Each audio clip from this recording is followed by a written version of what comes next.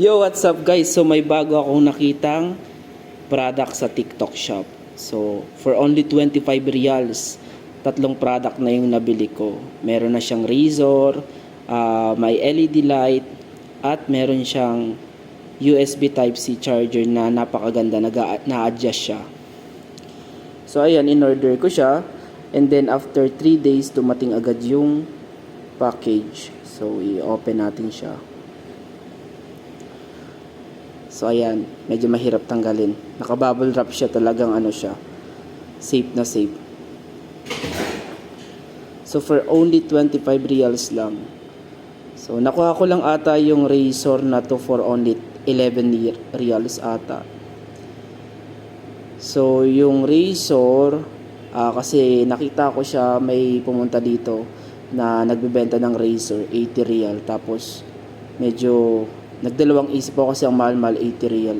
Nag-check ako sa TikTok shop, tapos nakita ko siya pareho lang, tag 11 real lang.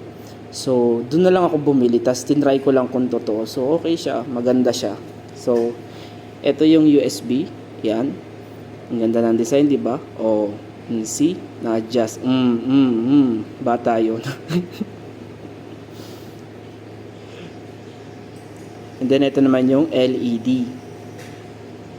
5 meters. Ito yung razor. Ito yung pinaka gusto ko talaga. Ayan. Kasi usong-uso to ngayon eh. So, pwede rin siyang pang-ahit sa taas or sa baba. Depende sa gusto nyo. O, diba? 11 real lang. May razor ka na. See?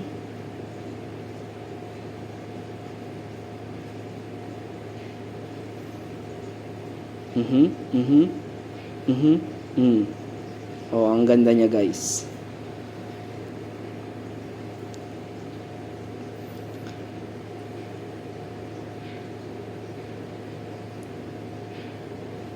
Tapos may mga kasama din siyang yung nilalagay na plastic para sa ma-adjust mo siya.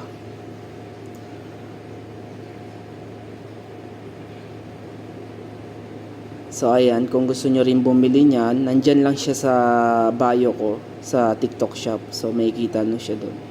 So i-try natin isaksak. Try natin. Oh, yun, umiilaw, may bagong design tayo.